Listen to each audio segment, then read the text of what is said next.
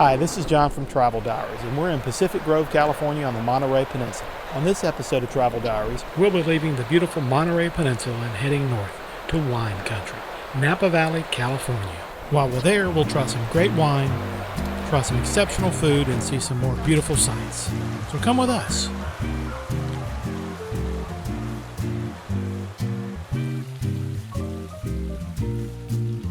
Our first stop in Napa is the EP03 Winery in St. Helena.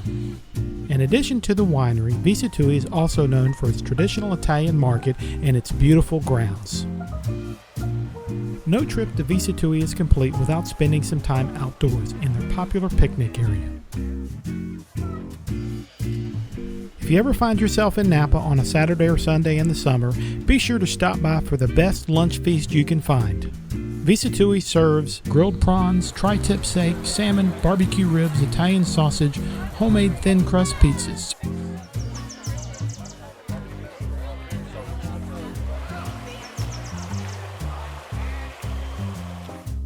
This is really good. You want a bite?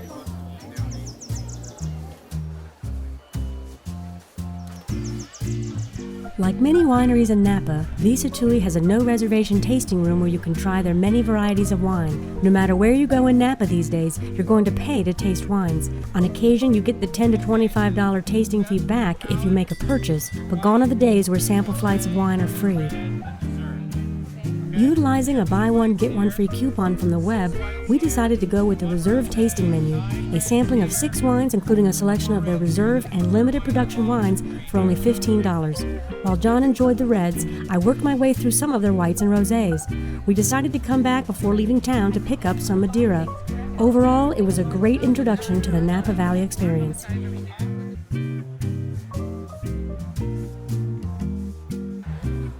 After our tasting and great lunch at EP03, we still had time to kill before checking into our bed and breakfast. Across the street from EP03 is Dean & DeLuca, an upscale grocery store with stores in a number of cities in the U.S. and around the world. One of our favorite sections in Dean & DeLuca is the Fresh Bakery, and I'd be lying if I said we didn't try some samples. It was finally time to check into our bed and breakfast, the Ink House. The Ink House was built in 1884 by Throne Inc. This grand home is listed on the National Registry of Historic Places. This 2-story bed and breakfast has guest rooms all situated on the second floor. Each room offers a distinctive view of the Vineyards, Victoria Gardens, and the trees that were here long before the house was even built. We decided to take a break and just relax for a little while. We sat out by the vineyards and just enjoyed the outdoors.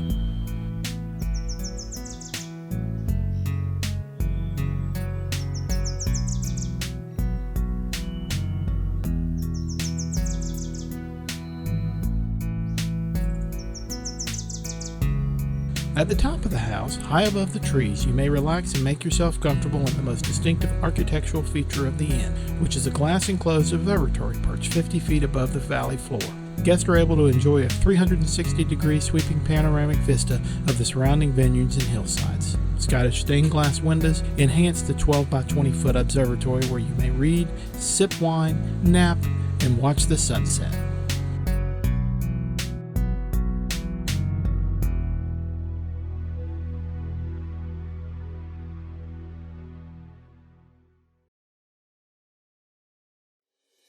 After a relaxing afternoon and watching a beautiful sunset, we got changed for dinner. Tonight we're heading down to Yountville to Chef Michael Kiarella's restaurant Botega. Michael Kiarella is an award-winning chef, television host, and the owner of the critically acclaimed Botega restaurant. He made his mark by combining his southern Italian roots with the distinctive hallmarks of Napa Valley.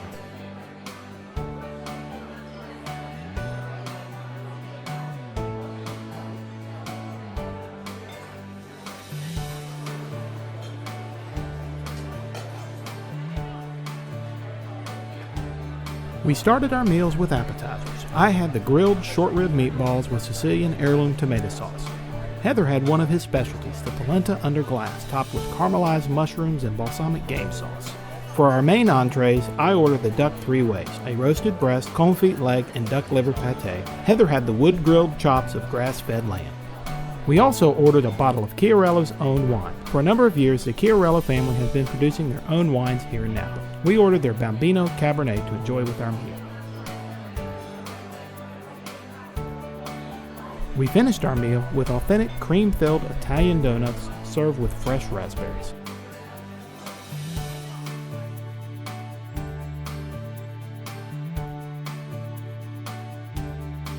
After our amazing dinner at Botega, we took an evening stroll through downtown Yountville and the town center before heading back to our B&B to call it a night.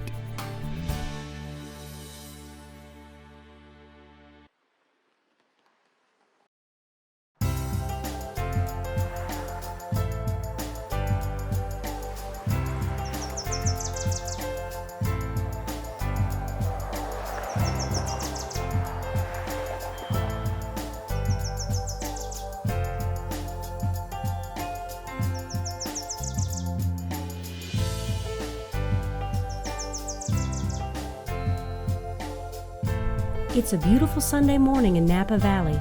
Today we're getting an early start and heading up north to St. Helena and Calistoga. Napa Valley can get rather busy on the weekends, so we thought we would head up to the north end of the valley and work our way back down so we could get in and taste some wines without all the crowds. The first place we visited is Sterling Vineyards. Sterling can be found higher in the valley near the town of Calistoga.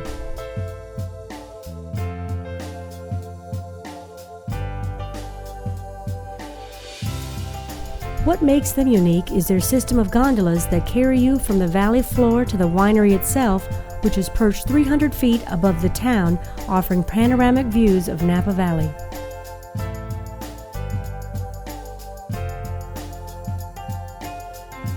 This aerial tram is the only one of its kind in Napa Valley, offering stunning views as visitors ride up to the winery.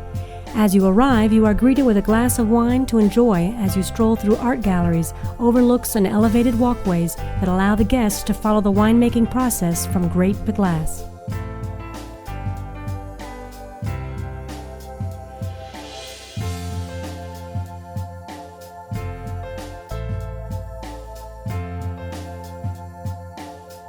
The winery itself has architecture modeled after that of a Greek villa where Sterling founder Peter Newton once lived. The brilliant white stucco stands out dramatically against the rugged mountain ranges that flank each side of Napa Valley. Mount St. Helena makes a lovely distant backdrop. The winery's towers house 8 bells from London's Church of St. Dunstan's in the east, originally founded in the 10th century. Sterling Winery offers a basic tasting for $25, which includes the ride up to the winery and the tram, but thanks to another coupon, we opted for the Sterling Silver VIP experience for $35, which offers a customized tasting of single vineyard and limited release wines outside on a private terrace overlooking the north side of the valley.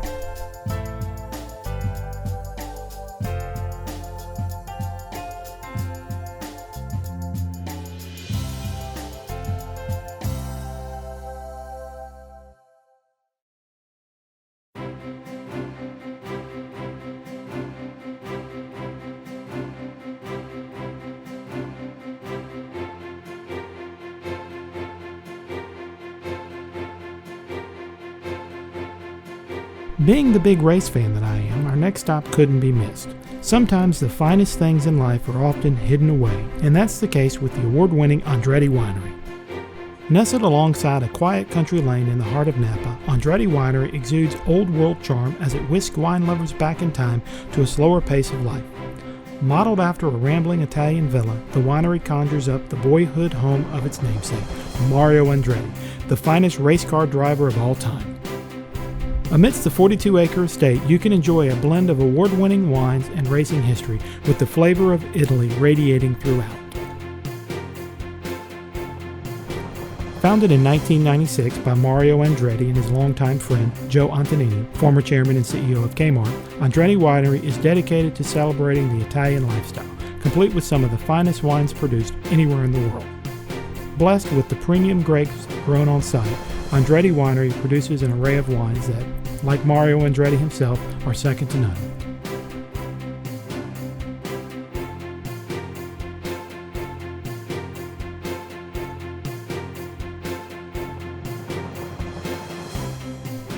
After a run-through of the wines on Andretti's $15 Napa Valley tasting menu, which showcased their Sauvignon Blanc, Cabernet, Zinfandel, Merlot, and Cabernet Sauvignon, we enjoyed the grounds with a glass of wine before heading back into nearby Yountville.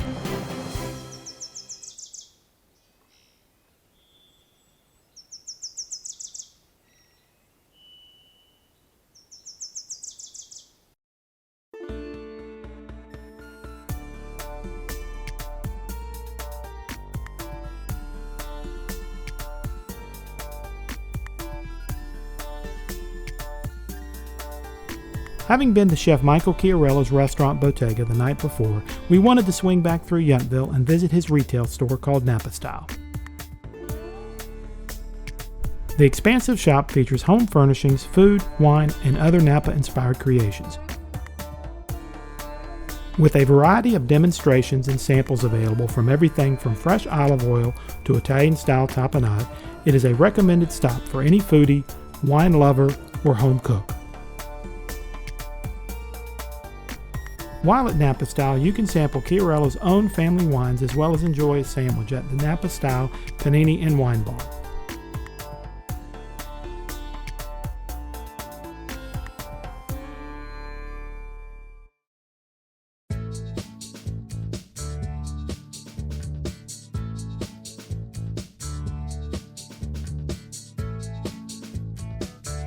After a quick bite and some shopping at Napa Style in Yountville, we headed back up the valley towards St. Helena and our bed and breakfast. Next door to the Ink House is Whitehall Lane Winery, and thanks to a reciprocal agreement with them and our B&B, all our tastings were free.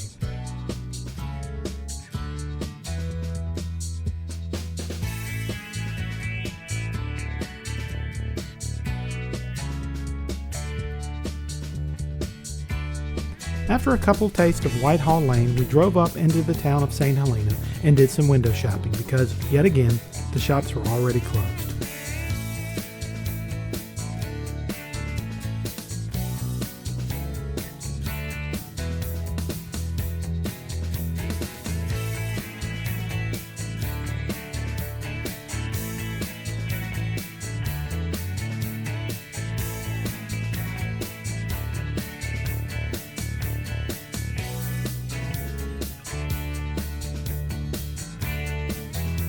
Our last stop of the day was at the Charles Krug Winery. Charles Krug is owned by one of the Mondavi brothers, Peter, and specializes in rich, full-bodied Cabernets. We tried several of their wines as well as got to meet one of the residents of the winery.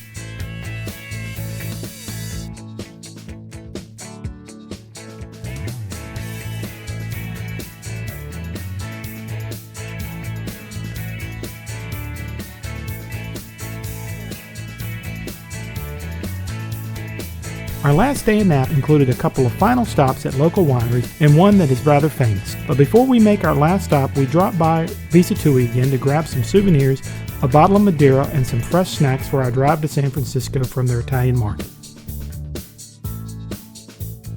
Early on a Monday morning, things at Visitui are very different from how we found them on Saturday. Other than a few couples enjoying breakfast of fresh baked bread and cool wine, we were almost all alone.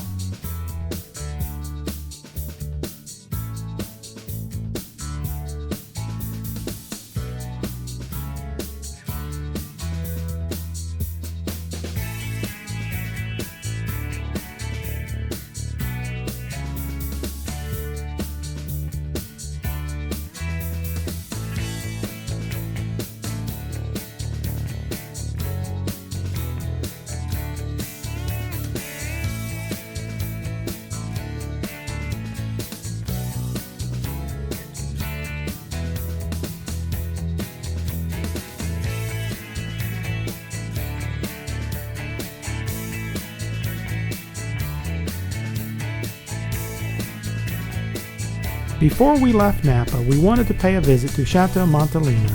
The chateau is on 254 acres north of Calistoga at the base of Mount St. Helena.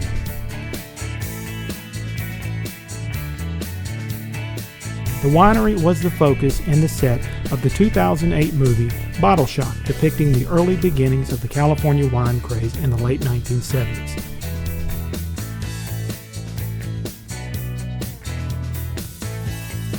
The movie revolved around the famous 1976 Paris wine tasting where, for the first time, California wines competed and ultimately beat wines from the more refined regions of Europe, placing Napa Valley on the map as one of the world's greatest wine-producing regions.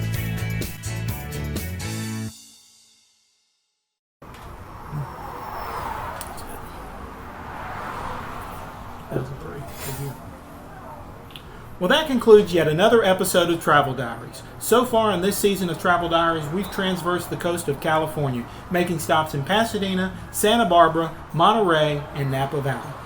Next time on Travel Diaries, after our culinary expeditions here in Napa, we head down the coast to the famous city by the bay, San Francisco. After crossing over the Golden Gate Bridge, we head off into the city to see the sights, as well as continue our culinary samplings from some of the world's greatest chefs.